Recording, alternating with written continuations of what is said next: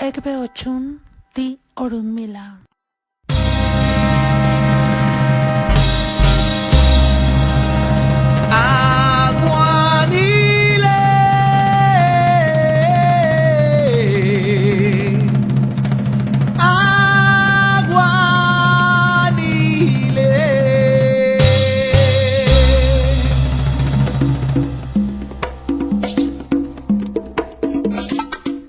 ¿Sabías que la palabra aguanile realmente es awonile o awon onile y se refiere a un nombre de alabanza para el orisha Ogun, que quiere decir dueño y señor de toda la tierra?